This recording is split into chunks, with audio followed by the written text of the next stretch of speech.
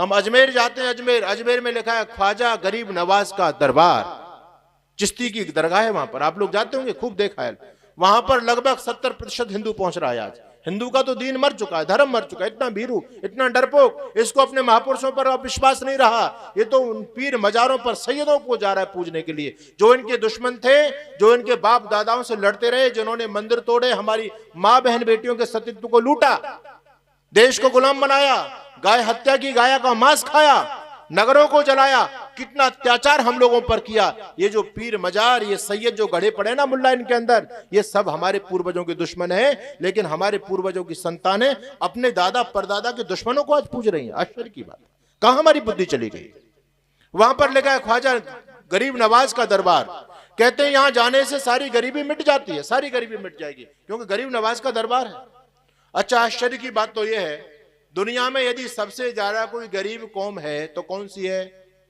जो पन्नी उठाने का काम करते हैं, पंचर लगाने का काम करते हैं, ठेले पर केले बेचने का, समझ गए ना, वही है, समझ गए। अच्छा, उन्हीं का गरीब नवाज है, उनकी गरीबी तो वो दूर नहीं कर पा रहा है, आपकी क्या गरीबी दूर करेगा। दूसरी बात, जो उनकी वहां दरगाह बनी हुई है, उस दरगाह के आसपास वहां सैकड़ों संख्या में कटोरे वाले घूम रहे हैं, हाथ में कटोरे और भीख मांग रहे हैं वो लोग, है ना, और वो कहते हैं गरीब नवाज के नाम से दे दो। अच्छा, जो गरीब नवाज तुम्हारी गरीबी दूर कर रहा है, कोई बुद्धि से सोचने वाला नहीं है, भैया ये तो इसके पास में इसके धर्म के लोग हैं, इनकी क्यों नहीं वो गरीबी दूर कर देता, लेकिन कोई बुद्धि पर जोर नहीं दे रहा है। इसलिए मेरी माताओं बहनों सज्जनों, अब समय ज्यादा नहीं है, इसलिए सचेत होने की आवश्यकता है। आप इस पाखंड से बचो, आर्य समाज के सत्संग में आ जाओ, समय रहते अपने बच्चों को जोड़ दो। ये सत्यार्थ प्रकाश की बात हमारे मुनि जी कर रहे थे, जिस व्यक्ति ने सत्यार्थ प्रकाश पढ़ लिया, उस व्यक्ति को दुनिया में कोई बहका नहीं सकता, उस व्यक्ति को कोई विधर्मी नहीं बना सकता। अच्छा, आश्चर्य की बात है, मैं एक दिन सोच रहा था, आखिर सत्यार्थ प्रकाश में ऐसा कौन सा करिश्मा है, आखिर इसमें ऐसी कौन सी बात है कि कोई भी सत्यार्थ प्रकाश को पढ़ा लिखा व्यक्ति आज तक कोई विधर्मी नहीं बना है। आश्चर्य की बात है, जिस व्यक्ति ने सत्यार्थ प्रकाश पढ़ लिया, लोग कहते हैं यार समाजी होते हमारा खंडन मंडन करते हैं, कट्टर सनातन धर्म के लिए मर मिट जाता है सत्यार्थ प्रकाश पढ़ने के बाद व्यक्ति। आखिर वो कौन सी चीज सत्यार्थ प्रकाश के अंदर है? एक भी सत्यार्थ प्रकाश पढ़ा विधर्मी नहीं बना, बाकी तुम्हारे खूब हनुमान चालीसों को पढ़ने वाले लोग रोज विधर्मी बन रहे हैं, कोई ईसाई बन रहा है, कोई मुसलमान बन रहा है। और जिस सत्यार्थ प्रकाश और ऋषि दयानंद को आप लोग गाली देते हो, उसमें वो दम है, सत्यार्थ प्रकाश को बढ़कर के व्यक्ति इतना कट्टर सनातनी बन जाता है, वो अपनी गर्दन कटा सकता है लेकिन धर्म परिवर्तन नहीं कर सकता। कितना बड़ा काम हमारे समाज ने किया। पढ़िए, ये 30 रुपए में आपको मिल रहा है, जीवन की धारा बदल जाएगी। हमारा कोई हिंदू सत्यार्थ प्रकाश पढ़ने के बाद विधर्मी नहीं बन सकता, बल्कि बहुत सारे विधर्मियों ने सत्यार्थ प्रकाश पढ़ा, वो आर्य समाजी बन गए। बहुत पुराने समय की बात है, सत्यार्थ प्रकाश के 14वें समोल्लास को लेकर के मुसलमान लोगों ने दावा ठोका अदालत में। उस समय उनका जज भी मुसलमान था और बहस करने वाला वकील भी मुसलमान था। मुसलमानों को यह गर्व था कि हमारा जज बैठा हुआ है, निर्णय हमारे पक्ष में आएगा। 14वें समोल्लास में हमारे कुरान के बारे में लिख दिया स्वामी दयानंद ने। तो जब उन्होंने अपना मुकदमा लड़ना शुरू किया, जज ने इस्लाम को जानने वाले 4 स्कॉलरों को बुलाया और कहा कि स्वामी दयानंद ने ये आयत यहां पर दी है, क्या ये आयत कुरान में है? कहते जी हाँ, ये आयत कुरान में है। और जो स्वामी दयानंद इस आयत का अर्थ कर रहे हैं, क्या इस आयत का वही अर्थ होता है? उन्होंने कहा हाँ, बिल्कुल यही अर्थ होता है। 4 इस्लाम के स्कॉलरों ने जब जज की पुष्टि कर दी, तो जज न केवल मुसलमान रहा बल्कि जज भी आर्य समाजी बन गया। ये करिश्मा सत्यार्थ प्रकाश का है। एक बहुत बड़े विद्वान हुए जिनका नाम था पंडित देव प्रकाश। पंडित देव प्रकाश बाई बर्थ मुसलमान थे, मुसलमान। और पंडित देव प्रकाश जब अपनी बहन के घर में गए, तो पंडित देव प्रकाश के भाई के आने पर नाम था उनका अब्दुल्ला। अब्दुल्ला जब अपने बहन के यहां पर गया, तो भाई के आने की खुशी बहन को कितनी होती है तो आप लोग बहुत अच्छी तरह से जानते हैं। वो बहन मार्केट में जाती है, वो तो मांस खाने वाले लोग हैं, तो वो अपने भाई के लिए जिंदा मछली खरीद के लाती है। जिंदा मछली कहती है मैं अपने भाई को स्पेशल डिश बना के खिलाऊंगी, आज जिंदा मछली बना करके खिलाऊंगी। और वो बहन मछली को पानी से उठाती है और उसको ऐसे छील रही है जैसे गाजर मूली को छीला जाता है। और ये देख करके अब्दुल्ला के दिल में थोड़ा रहम जगा। अब्दुल्ला ने कहा बहन तू इतनी निर्दयी हो गई, इतनी निष्ठुर हो गई, अरे इसको जीवित छील रही है, अरे तुझे काटना है, सब्जी बनानी है तो मार दे इसको, फिर काट देना, इसको इतनी पीड़ा क्यों दे रही है?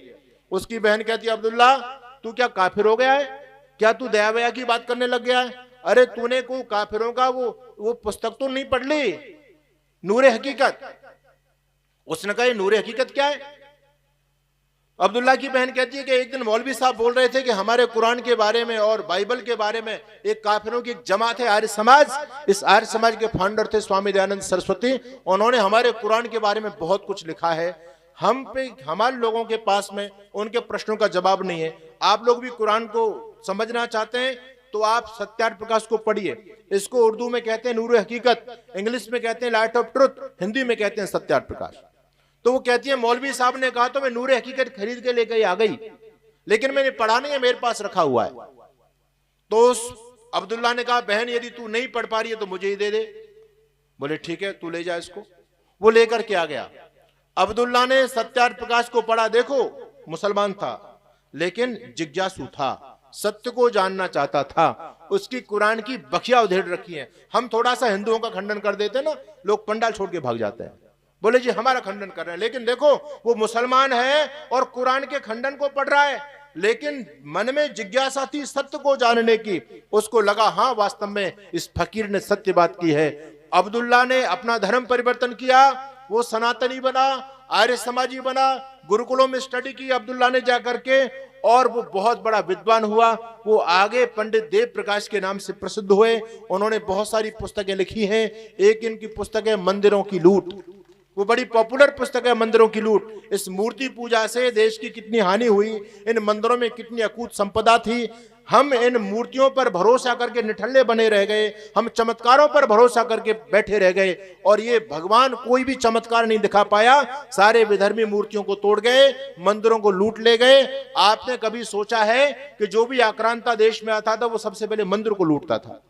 वो किसी राजा के खजाने को नहीं लूटता था, मंदिर को लूटता था। आखिर मंदिरों में इतना पैसा कहां से आ गया? पुराने समय में जितने राजा थे ये सब पाखंडी होते थे, अंधभक्त होते थे, श्रद्धालु होते थे। ये सारा धन भगवान के चरणों में रखते थे, मंदिरों में अपने राज का खजाना रखा करते थे, क्योंकि इनके मन में यह था कि हमारा धन भी सुरक्षित और भगवान की भी कृपा बनी रहेगी। जैसे आप जब लक्ष्मी पूजन करते हो दीपावली पर, तो तुम्हारे घर में जो कुछ भी होता है वो लक्ष्मी के सामने रख देते हो। आप भी ये समझते हो लक्ष्मी माता और इसको बढ़ाएगी। तो हमारे राजा महाराजा भी पाखंड के चलते ये समझते थे कि भगवान के घर में हमारी संपत्ति रहेगी तो और बढ़ती रहेगी, फलीभूत होती रहेगी। इसलिए मंदिरों के अंदर अकूत संपदा होती थी, और सारे मंदिर लुट गए। कोई देवता चमत्कार नहीं दिखा पाया, एक भी देवता किसी भी धर्मी की टांग तक को नहीं टूट पाया।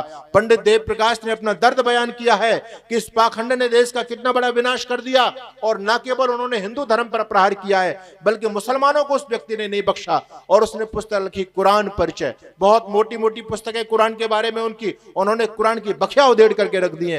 कोई भी इस्लाम को जानने वाला पंडित देव प्रकाश, जो बाद में पहले अब्दुल्ला थे बाद में पंडित देव प्रकाश बने, उनके प्रश्नों का कोई जवाब नहीं दे पा रहा है आज। मेरा आप लोगों से भी निवेदन है, अपने जीवन की धारा को बदलना चाहते हो तो आर्य समाज से जुड़ जाओ समय रहते, नहीं तो आपको